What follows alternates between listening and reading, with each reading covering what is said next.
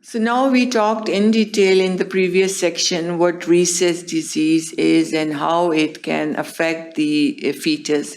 Now in this section we will talk about what are the different sensitizing events in Rhesus disease.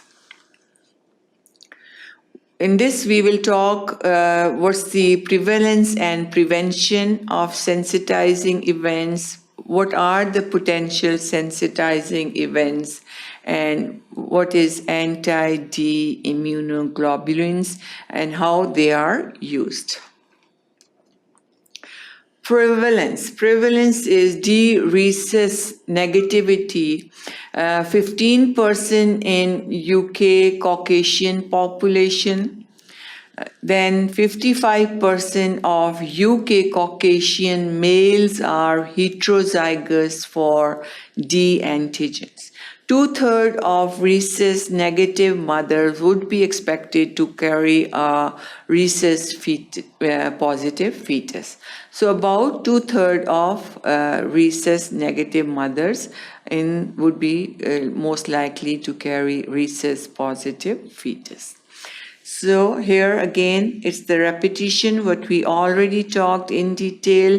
Mother has negative blood. Antibodies are produced when the negative blood goes into the positive blood cells and cause destruction of the fetal red blood cells. And prevalence is 15% in Caucasian population, and 55% of those are heterozygous for D antigen. Prevention of Rhesus disease is by an anti-D immunoglobulin, which is given to the mother intramuscularly in the muscle. And what's the function of this anti-D immunoglobulin is they mop up or clean any circulating Rhesus positive cells before an immune response is excited in the mother. So anti-D immunoglobulins, it's against the D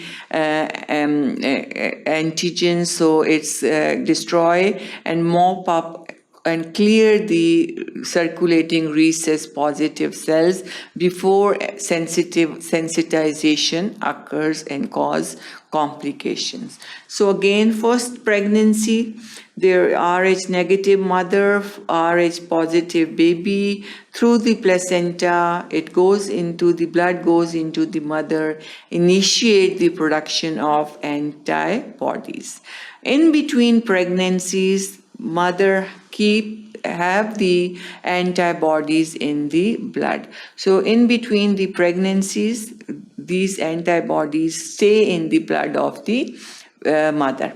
Then in the second pregnancy, these antibodies from the mother through the placenta goes into the fetus and cause destruction of the fetal red blood cell. So in between these, if anti-D immunoglobulins are given intramuscularly, this can prevent the sensitization, and this can clear the blood by the antibodies that are present in the mother. Potential sensitizing events, if sensitization occur, what are the complications that can occur? Miscarriage is one complication. Termination of pregnancy can be performed. Antepartum hemorrhage or bleeding. Invasive prenatal testing, which is usually the chorion villus sampling, amniocentesis, cardiocentesis can be done, in which the fluid is removed from the chorions and amniotic fluid is removed and tested. Then delivery can be performed depending on what stage the pregnancy is and how bad is the condition or sensitization.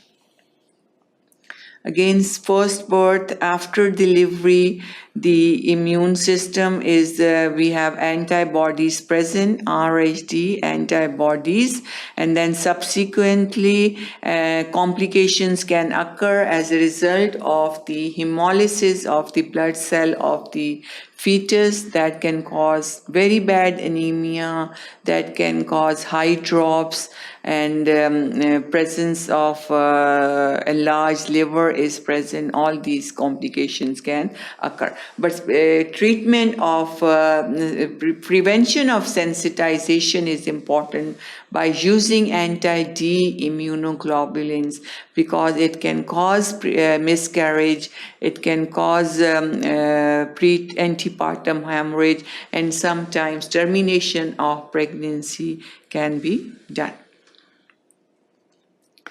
Now, potentially sensitizing events which can lead to all the complications of sensitizations, usually between 12 to 20 weeks of gestation, minimum dose of 250 units should be administered within 72 hours. So it's important that anti-D immunoglobulins are administered dose of 250 international units between 12 and 20 weeks of gestation to prevent the sensitization. And after 20 weeks, usually the dose is 500 international units. And then Clear-Hor-Bethke test can be performed to find out the amount of antibodies present and how much damage they can cause and how much immunoglobulins should be given. Anti-D immunoglobulins is used in ectopic pregnancy, molar pregnancy, therapeutic termination of pregnancy, and uterine bleeding if there is repeated heavy or it is associated with abdominal pain. So anti-D immunoglobulins are injected. Ectopic is pregnancy outside of the uterus, not in the uterus, and most commonly ectopic pregnancy is in the fallopian tube, is about 99% is in the fallopian tube. Molar pregnancy is when the blighted ovum is present, when no heartbeat is present or developed, and there is no fetal poles developed, but the pregnancy test becomes positive, and usually this can lead to miscarriage within 2 to 3 months. So there is usually normal miscarriage, and after that usually DNC can be performed to remove any retained products of conception. Therapeutic termination of pregnancy when it is required to terminate the pregnancy due to medical reasons. So all these are different indications for giving anti-D immunoglobulins. That was all about this section. Thank you for watching sqadia.com.